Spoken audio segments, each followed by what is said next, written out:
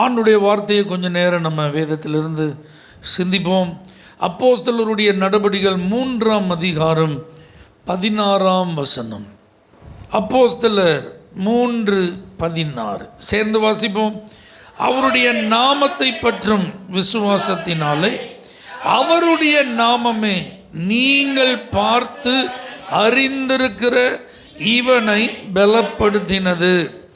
அவரால் உண்டாகிய விசுவாசமே உங்கள் எல்லாருக்கும் முன்பாக இந்த சர்வாங்க சுகத்தை இவனுக்கு கொடுத்தது. அல்லேலூயா. ஜெப வேலையாகிய 9ஆம் மணி நேரத்தில் தேவாலயத்திற்கு ஜெபம் பண்ண போன பேதுருவையும் யோவானையும் பார்த்து அந்த தேவாலயத்துக்குள்ளே பிரவேசிக்கிறவர்களிடத்திலெல்லாம் பிச்சை கேட்டு வாழ்ந்த ஒரு மனிதன், சுமார் 40 வயதுடையவன். ஒவ்வொரு நாள் அவனை சிலர் சுமந்து கொண்டு வந்து அவனை ஆலயத்துக்கு உள்ளெல்லாம் கொண்டு போக மாட்டாங்க, வாசலுக்கு பக்கத்தில் உட்கார வச்சிடும். அப்போ யாரெல்லாம் உள்ளே வராங்களோ எல்லாத்தையும் ஐயா அம்மா ஏதாவது எனக்கு தாங்க அப்படின்னு கேட்டு தான் இவன் தன்னுடைய ஜீவனை செஞ்சுட்டு இருந்தான், நடத்தி கொண்டிருந்தான். அப்போ பாருங்கள், வழக்கம் போல் எல்லார்ட்டையும் கேட்குறது மாதிரி இந்த பேதுருவட்டையும் யோவான்ட்டையும் இவர் என்ன செய்கிறாரு, ஏதாவது தாங்கையான்னு கேட்குறான். அப்போ பாருங்கள், இவங்க எடுத்த உடனே வெள்ளி பொண்ணுலாம் எங்கள்கிட்ட இல்லை அப்படி சொல்லலை, எங்களை நீ உற்று பார் அப்படின்னு சொல்கிறான்.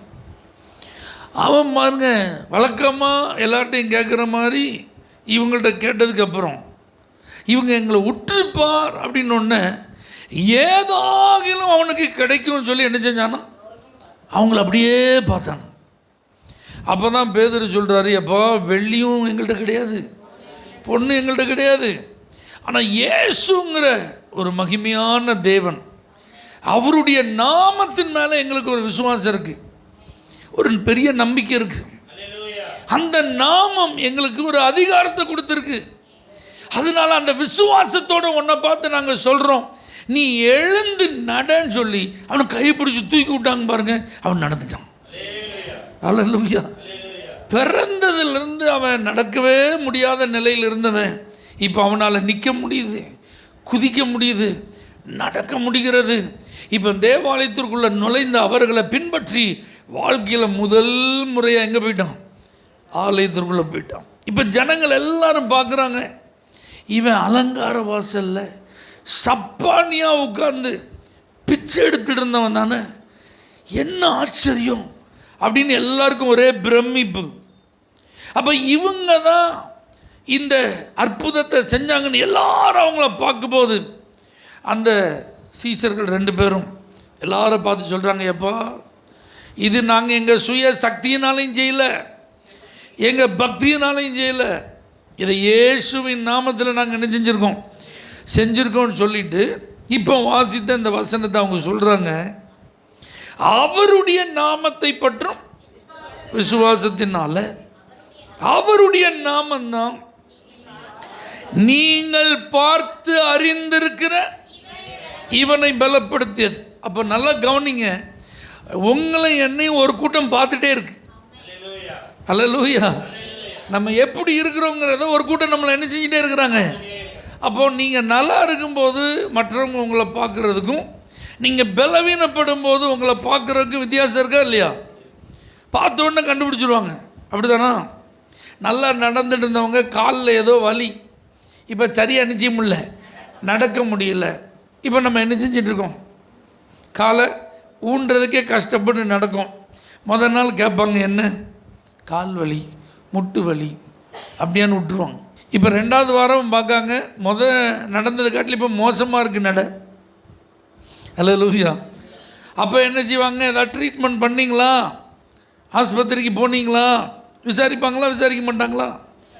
ஆமாம் போனேன். இப்போ 1 மாதம் 2 மாதம் 3 மாதம் ஆகிட்டு இப்போ நமக்கு ஒரு முத்திரையே வந்துட்டு இவங்களுக்கு என்ன வலி, கால் வலி. அதுக்கு இவங்க எவ்வளவோ ட்ரீட்மெண்ட் பண்ணுறாங்க, ஆனால் ஒன்றுமே என்ன செய்யலை, கேட்கல. ஊசி போட்டால் மாத்திரை சாப்பிட்டா வலி என்ன செய்யுது, கேட்குது. மற்ற நேரம்லாம் உடம்புல அந்த வலி என்ன செய்யுது, காலில் இருக்குது. அப்போ நம்மளை பார்க்கும் போதே அவங்களுக்கு தெரிஞ்சிடும் இவங்க என்ன வலி உள்ளவங்க, கால் வலி உள்ளவங்க.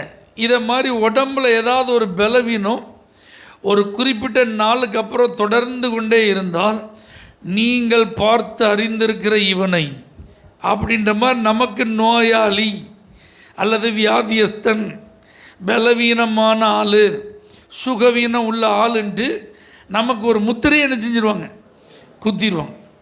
அப்படி தான் இவனை பார்க்கும்போது இவன் ஒரு சப்பானி, இவன் பிறந்ததுலேருந்து என்ன செய்யலை, நடக்கலை. பிறக்கும் போதே எப்படி தான் பிறந்தான், இந்த பலவீனத்தோடு தான் என்ன செஞ்சுருக்கிறான், இவன் பிறந்திருக்கிறான். அதனால் இவனால் வாழ்க்கையில் என்ன செய்ய முடியாது, எழும்பவே முடியாது, நடக்கவே முடியாது, நிற்கவே முடியாது. ஏன்னா இவன் கால்களிலே பாதிக்கப்பட்டவன். ஆனால் இப்போ பாருங்க, இவன் கால்களில் பாதிக்கப்பட்டவன் கிடையாது, கால்கள் பலனடைந்தவன், கரடுகள் பலனடைந்தவன், சரீரத்திலே சுகத்தை பெற்றுக்கொண்டவன், அற்புதத்தை அனுபவிக்கிறவன், அடையாளமே மாறிட்டு பாருங்க. அதனால தான் அவங்க சொல்றாங்க, நீங்கள் பார்த்து அறிந்திருக்கிற இவனை இயேசுங்கிற நாம தான் பலப்படுத்தியது. நல்லா புரிஞ்சுக்கோங்க, இயேசுவின் நாமத்தில் இருக்கிற வல்லமையை நீங்களும் நானும் குறைத்து மதிப்பிடக்கூடாது. இயேசு இயேசுன்னு ஓயாமல் நம்ம சொல்கிறதுனால அந்த நாமத்தில் உள்ள முக்கியத்துவத்தை நம்ம மட்டுப்படுத்திடக்கூடாது. ஏன்னா நமக்கெல்லாம் ஒரு நம்பிக்கை இருக்குது, யார் மேலே, இயேசு மேலே, அவருடைய நாமத்தின் மேலே நமக்கு என்ன இருக்குது, ஒரு பெரிய விசுவாசம் இருக்குது. அவருடைய நாமத்தை நம்ம விசுவாசித்ததுனால அவருடைய பிள்ளைகளாய் நாம் மாறி இருக்கிறோம்.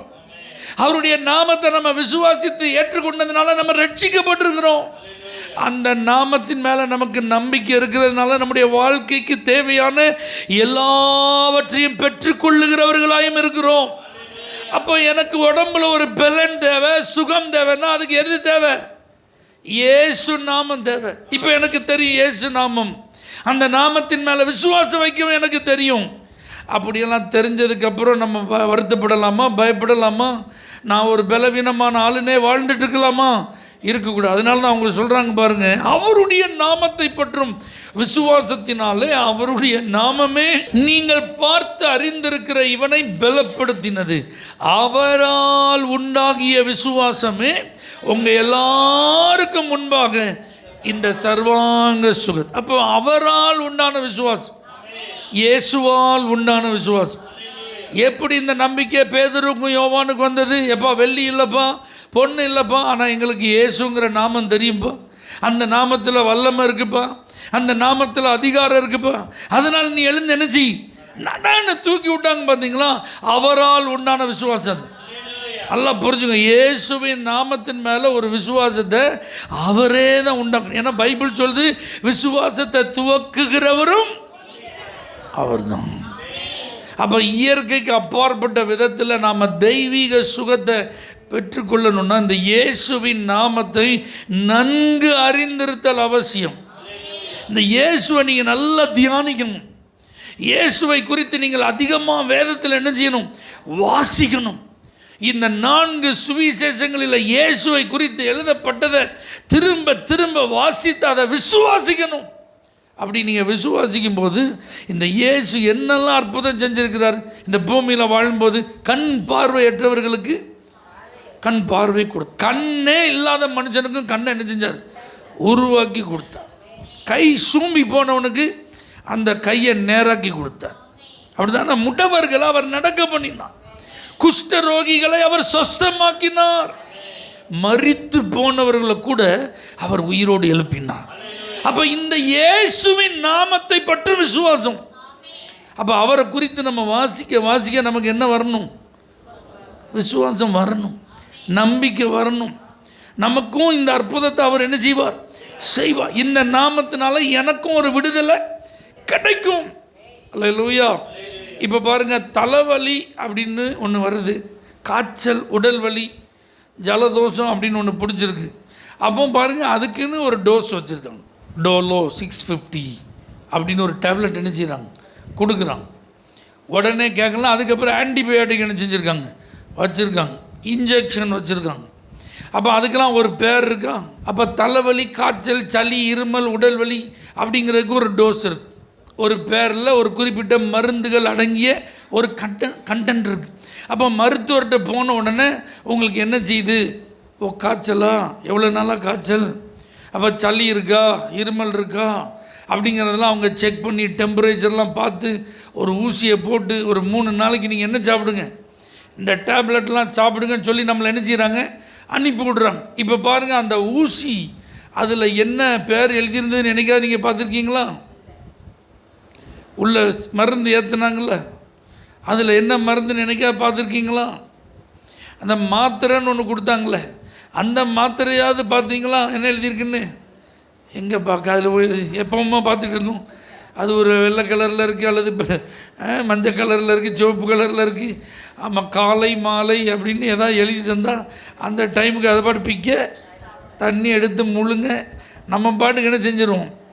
ஆமாம், அந்த மருந்து எடுத்து கொடுத்தாலும் ஒரு அக்கா அவள் கரெக்டாக தான் எடுத்து தந்தாலும் அதெல்லாம் நம்ம நினச்சிடுறதில்ல. அவள் டாக்டர் எழுதி கொடுத்தது தான் கரெக்டாக எடுத்து கொடுத்தாலாங்கிறதெல்லாம் நினச்சிடுறதில்ல, நம்ம பார்க்குறதில்ல. ஒரு பெரிய நம்பிக்கை. நம்ம டாக்டர்கிட்ட போனோம், நம்ம பிரச்சனையை சொன்னோம், அவங்க அதுக்காக பரிசோதனை பண்ணி ஊசியை போட்டு விட்ருக்காங்க, இந்த மாத்திரையெல்லாம் சாப்பிட சொல்லியிருக்காங்க. அப்போ இதை சாப்பிட்டா நமக்கு என்ன ஆயிரும்? அல்லேலூயா. டாக்டரை பற்றும் விசுவாசம். ஆமீன் சொல்லுங்கள் பார்க்கலாம். நல்லது, பிணியாளிக்கு வைத்தியன் தேவை தான், அப்படி தானே ஆண்டவர் தான் மருத்துவர்கள்லாம் தந்திருக்கிறார். இப்போ அதையும் தாண்டி மருத்துவர்கிட்ட நம்ம போகக்கூடாதுன்னு கிடையாது, மருந்து மாத்திரை நம்ம எடுக்கக்கூடாது, எல்லாமே எடுக்கலாம். ஆனால் ஆண்டவரே நான் டாக்டரை பார்க்க போகிறேன், இந்த மெடிசின்ஸ்லாம் எனக்கு என்ன செஞ்சுருக்காங்க, தந்திருக்காங்க, இதெல்லாம் சாப்பிட போகிறேன். நீங்கள் தான் சர்வாங்க சுகத்தை கொடுக்குறவ. ஆகவே உங்கள் நாமத்தின் மேலே விசுவாசத்தோடு இதை நான் நினைச்சிக்கிறேன், சாப்பிட்றேன். அப்படி என்னைக்கா நம்ம சாப்பிட்ருக்கோமா? சாப்பிட்றோம். நம்ம ஏசப்பா மேலே நம்பிக்கை வச்சு ஸ்தோத்திரம் பண்ணி என்ன செய்கிறோம், சாப்பிட்றோம். ஆனால் அது ஒரு ஃபார்மாலிட்டியாக தான் செய்கிறோம். ஆனால் நான் சொல்கிற அர்த்தத்தை நீங்கள் புரிஞ்சுக்கோங்க. அவருடைய நாமத்தை பற்றும் விசுவாசம், அவரால் உண்டாகும் விசுவாசம். அல்லேலூயா. இது நமக்கு தேவை. வசனத்தை தெரிஞ்ச நமக்கு இது தேவை. ஆண்டுடைய வார்த்தையை விசுவாசிக்கிற நமக்கு இது தேவை. ஒரு அல்லேலூயா சொல்லுங்க. ஏன்னா நம்முடைய உடல் பாதிக்கப்படும் போது, சரீரம் பலவீனப்படும் போது நமக்கு பரிகாரியாய் அவர் இருக்கிறார், சுகம் தருகிறவராய் அவர் இருக்கிறார். மருந்து நமக்கு சுகம் கொடுக்க முடியாமல் போகலாம். மருத்துவர்கள் பரிசோதித்து பார்த்தும் எத்தனையோ விதங்களிலே நமக்கு சிகிச்சை அளித்து நமக்கு சுகம் கிடைக்காம போகிறதுக்கு என்ன இருக்குது, வாய்ப்பு இருக்குது. ஆனால் அவருடைய நாமத்தை பற்றும் விசுவாசம் நமக்கு கண்டிப்பாக சுகத்தை தரும்.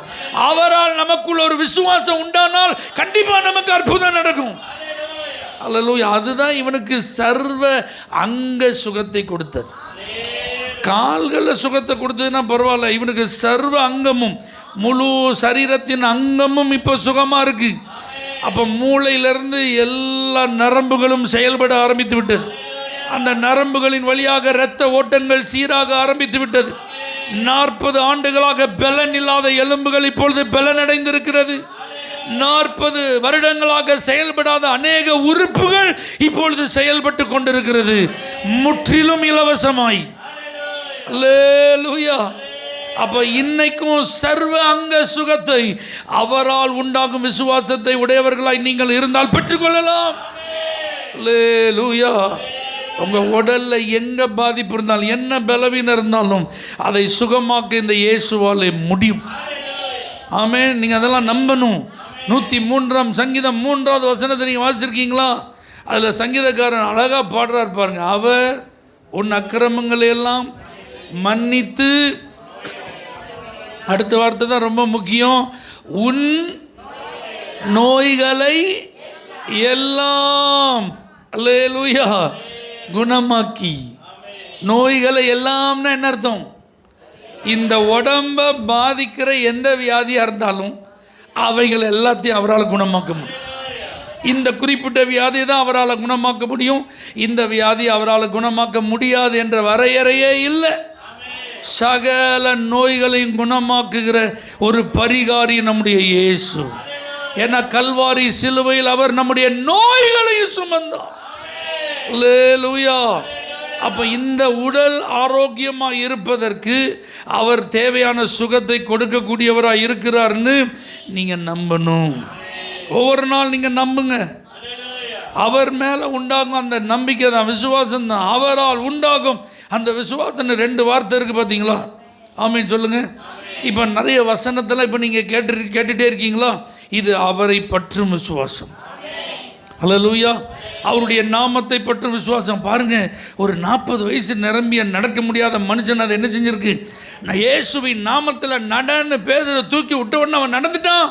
இப்போ இந்த செய்தியை நான் உங்கள்ட்ட சொல்கிறேன். இப்போ நீங்கள் கேட்குறீங்க, இப்போ இயேசுவின் நாமத்தை பற்றும் விசுவாசம் உங்களுக்கு வருது. மரித்து அடக்கம் பண்ணப்பட்ட பிறகு 4 நாள் கழித்து லாசருவை கல்லறைக்கு வந்து நின்று அவனை எங்கே வச்சிங்கன்னு கேட்டு அந்த கல்லை புரட்டுங்கன்னு சொல்லி லாசருவே வெளியே வான்னு சொன்ன உடனே அந்த அக்காமாரெலாம் அழுதுட்டு இருந்தவங்க கல்லறையை புரட்டுனா நாருமே 4 நாளாயிட்டேன்னு சொன்ன மார்த்தாலாம் இப்போ ஆச்சரியப்பட்டு பார்க்க லாசரு உயிரோடு வந்துட்டான். அப்போ பாருங்கள், ஆண்டவர் அவர் செய்த அற்புதங்கள், அவர் கொடுத்த சுகம், அவரிடத்திலிருந்து வெளிப்பட்ட வல்லமை, இதெல்லாம் குறித்து நீங்கள் வாசித்தால் கேட்டால் அவருடைய நாமத்தை பற்றும் விசுவாசம் உங்களுக்கு என்ன செய்யுது? வருது. அல்லேலூயா. இது ரொம்ப முக்கியம். ஏன்னா நாம் எப்போ பலவீனப்படுகிறோம் நமக்கு என்ன செய்யாது? தெரியாது. நம்முடைய சரீரத்தில் எப்போ பாதிப்பு வரும் நமக்கு என்ன செய்யாது? அப்போ உடனே இது ஞாபகத்துக்கு வரணும்.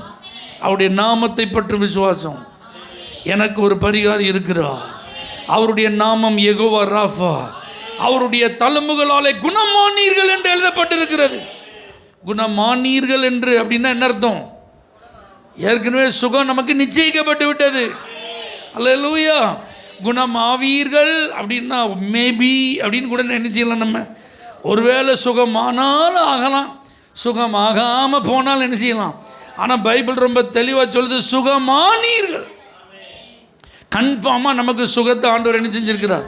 வைத்திருக்கிறார். அவருடைய தழும்புகள், அவர் உடலில் ஏற்றுக்கொண்ட அத்தனை தழும்புகளும் நாம் ஆரோக்கியமாக இருக்கு. அப்போ இதெல்லாம் அவருடைய நாமத்தை பற்றும் விசுவாசத்தை நமக்குள்ள என்ன செய்யணும்? உண்டாக்கணும். ஆமென் சொல்லுங்க பார்க்கலாம். இப்போ அவன் பாருங்க, அவர்களை உற்று பார்த்தான். எங்களை நோக்கி பாரு அப்படி சொன்னோன்னு அவன் என்ன செஞ்சானா? அப்போ ஏதாகிலும் கிடைக்கும் என்று அப்படி தான் வசனம் சொல்லுது. அப்படின்னா என்ன அர்த்தம்?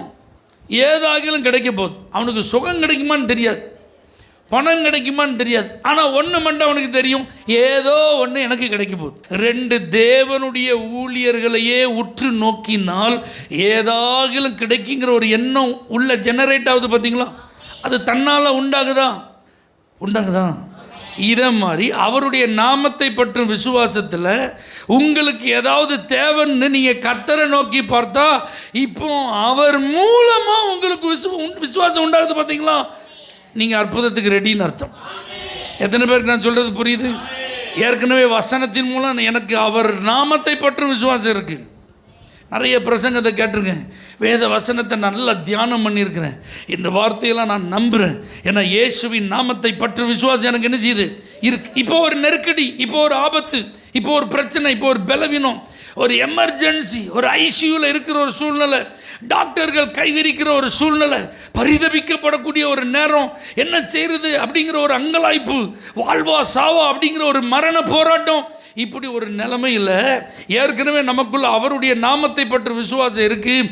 இப்போ ஓடி போய் அவருடைய சமூகத்தில் முழங்கால் படிட்டு அவரை நோக்கி பார்க்கும்போது, அவரை உற்று பார்க்கும்போது, அவர்கள் அவரை நோக்கி பார்த்து பிரகாசம் அடைந்தார்கள். அவர்கள் முகம் அப்படின்னா என்ன அர்த்தம்? இந்த இக்கட்டில், இந்த ஆபத்தில், இந்த வியாதியில், இந்த மரண கண்ணியில் என்ன செய்வது என்று திகைத்து கொண்டிருக்கிற நேரத்தில் எனக்கு வேறு வழியே கிடையாது. யார் தான் வழி? கர்த்தர் தான். எனக்கு வேறு ஆளே தெரியாது. எனக்கு இப்போ யார் தான்? ஏசு. இப்போ உதவி செஞ்சால் யார் மட்டும்தான் உதவி செய்ய முடியும்? இப்போ அற்புதம் செஞ்சால் யார் மட்டும்தான்? அந்த கண்ணோட்டத்தோடு நம்ம அவரை உற்று நோக்கும்போது விசுவாசத்தை துவக்குகிறவர் என் பிள்ளை என்ன நோக்கி பார்க்கறதுனால அவரால் உண்டாகும் விசுவாசம் இப்போ நமக்குள்ள வெளிப்படுது. இந்த ஆபத்தில் எனக்கு அழிவு வராது, இந்த மரண கண்ணி கண்டிப்பாக தெரிப்புண்டு போகும், இந்த சிக்கல்லிருந்து கண்டிப்பாக நான் விடுவிக்கப்படுவேன், இந்த நெருக்கடி கண்டிப்பாக ஒரு காற்றடித்த மேகம் போல் அது விலகும், எனக்கு விடுதலை நிச்சயம். நான் கர்த்தர் மேலே வச்சிருக்கிற நம்பிக்கை என்ன செய்யாது? வீண். ஏன்னா இப்போ அவரே எனக்குள்ளே என்ன உண்டாக்குறார்? விசுவாசத்தை துவக்குகிறார். அப்போ இயற்கைக்கு அப்பாற்பட்ட ஒரு விசுவாசம் வருது. டாக்டர்கள் கையை விரிக்கலாம், இயற்கை சூழ்நிலைகள் சாதகமாக இல்லாமல் இருக்கலாம், அல்லது காலம் கடந்து போயிட்டுன்னு சொல்லலாம், இனிமேல் எங்களால் ஒன்றுமே செய்ய முடியாமல் போடலாம். அப்படியே ஒரு செத்த சரீரமாக அது பேச்சு மூச்சு இல்லாமல் இருந்தாலும் அவரை நோக்கி பார்க்கும்போது, அல்லேலூயா. அந்த இயற்கைக்கு அப்பாற்பட்ட விசுவாசம் அற்புதத்தை காணச்சு. அப்போ பாருங்க, இது வரைக்கும் நீங்கள் பார்த்து அறிந்திருக்கிற நீங்கள் இன்னைக்கு இப்படி ஆச்சரியமாக என்ன பார்க்குறீங்க, என்ன பிரமிப்பாக பார்க்குறீங்க? இது அவர் நாமத்தை பற்றும் விசுவாசத்தினாலும் அவரால் உண்டான விசுவாசத்தினாலும் தான் நடந்திருக்கு. ஆமென் சொல்லுங்க. ரெண்டு வார்த்தை நீங்கள் மறந்துடக்கூடாது. நமக்கு அவர் நாமத்தை பற்றி விசுவாசம் இருக்குது, அவரால் உண்டாகும் விசுவாசம் இருக்குது. ரெண்டும் நமக்குள்ள ஒன்றா சேர்ந்துட்டு அப்படின்னா அந்த நாள் அற்புதத்தின் நாள், அந்த நாள் விடுதலையின் நாள், அந்த நாள் உங்கள் சரீரத்தில் மருத்துவம் செய்ய முடியாததை கர்த்தருடைய வல்லமை செய்கிற நாள், தீர்க்கப்பட முடியாதது தீர்க்கப்படுகிற நாள், குணமாக்கப்பட முடியாத வியாதி குணமாக்கப்படுகிற நாள், இயற்கைக்கு அப்பாற்பட்ட விதத்தில் நீங்கள் தெய்வீக சுகத்தை பெற்றுக்கொள்ளுகிற நாள். ஆகவே நீங்கள் எதை குறித்து என்ன செய்யாதீங்க, கவலைப்பட. எனக்கு யாருமே இல்லையே, எனக்கு யாரையும் தெரியாத, எனக்கு எங்கே போகணுன்னு தெரியல, எந்த டாக்டரை பார்க்கணும், யார்கிட்ட கன்சல்ட் பண்ணணும், ஐயோ இதுக்கெல்லாம் ட்ரீட் பண்ணுறதுக்கு போதுமான பணம் இல்லையே, அல்லது இந்த அவசரமான நேரத்தில் நான் என்ன செய்வேன், எனக்கு யாரும் சப்போர்ட் பண்ண இல்லை. அவர் நாமத்தை பற்றி விசுவாசம் இருக்குது. அதோடு கூட நீங்கள் அவர் சமூகத்தை தஞ்சோன்னு வந்தீங்கன்னா அவரால் உண்டாக்கும் விசுவாசம் உங்களுக்குள்ளே பெருகும். இது நிச்சயம். இந்த மனுஷனுக்கு அற்புதத்தை செஞ்சிருந்ததுன்னா பல வருஷமாக ஆராதிக்கிற உங்களுக்கு எனக்கும் அற்புதத்தை செய்யும் என்பதில் சந்தேகமில்லை. கண்களை மூடி நாம் ஜெபிப்போம். ஹல்லேலூயா. உங்கள் எல்லாருக்கும் முன்பாக இந்த சர்வாங்க சுகத்தை அவரை பற்றும் அந்த விசுவாசமும் அவரால் உண்டான விசுவாசம்தான் இவனுக்கு கொடுத்தது. ஹல்லேலூயா. கைகளை உயர்த்தி சொல்லுங்க, ஆண்டவரே உங்கள் நாமத்தை நாங்கள் நம்புகிறோம்ப்பா. எல்லா நாமத்திலும் அது மேலான நாமம். ஹல்லேலூயா, ஹல்லேலூயா. நாங்கள் அந்த நாமத்தின் மேலே நம்பிக்கையுடையவர்களாக இருக்கிறோம். ஹல்லேலூயா. கர்த்தருடைய ரட்சிப்புக்காக நம்பிக்கையோடு காத்திருப்பது நல்லது. இந்த நாமத்தை அறிந்து அவர் சமூகத்தில் நீங்கள் அமர்ந்திருக்கும் போது அவரால் உண்டாகும் விசுவாசம், ஏன்னா அவர் தான் நமக்குள் அந்த விசுவாசத்தை துவக்குகிறார். இயற்கைக்கு அப்பாற்பட்ட அந்த விசுவாசம் உங்களுக்குள்ள வளரும், பெருகும். நீங்கள் அற்புதத்தை காண்பீர்கள். பரலோக தேவனே, சர்வ வல்லமையுள்ள ஆண்டவரே, உங்கள் நாமத்தை நாங்கள் அறிஞ்சிருக்கிறபடினால் உங்கள் நாமத்தின் மேலே எங்களுக்கு ஒரு பற்றுதல் இருக்கிறது, நம்பிக்கை இருக்கிறது ஆண்டவரே. அதே நம்பிக்கையோடு உடைய சமூகத்தில் நாங்கள் உம்மை நோக்கி பார்க்கும்போது எங்கள் இருதயத்தில் இந்த விசுவாசத்தை வர்த்திக்க பண்ணுவீராக, அவிசுவாசத்தை நீக்கி போடுவீராக, இரண்டு நினைவுகள் அகன்று போவதாக, அற்புதத்தை பெற்றுக்கொள்ள கிருபை தருவீராக. இயேசுவின் நாமத்தில் பிதாவே, ஆமென். For prayer contact, Pastor J. Kumar, El Shaddai Ministries, 9500252586, Surandai.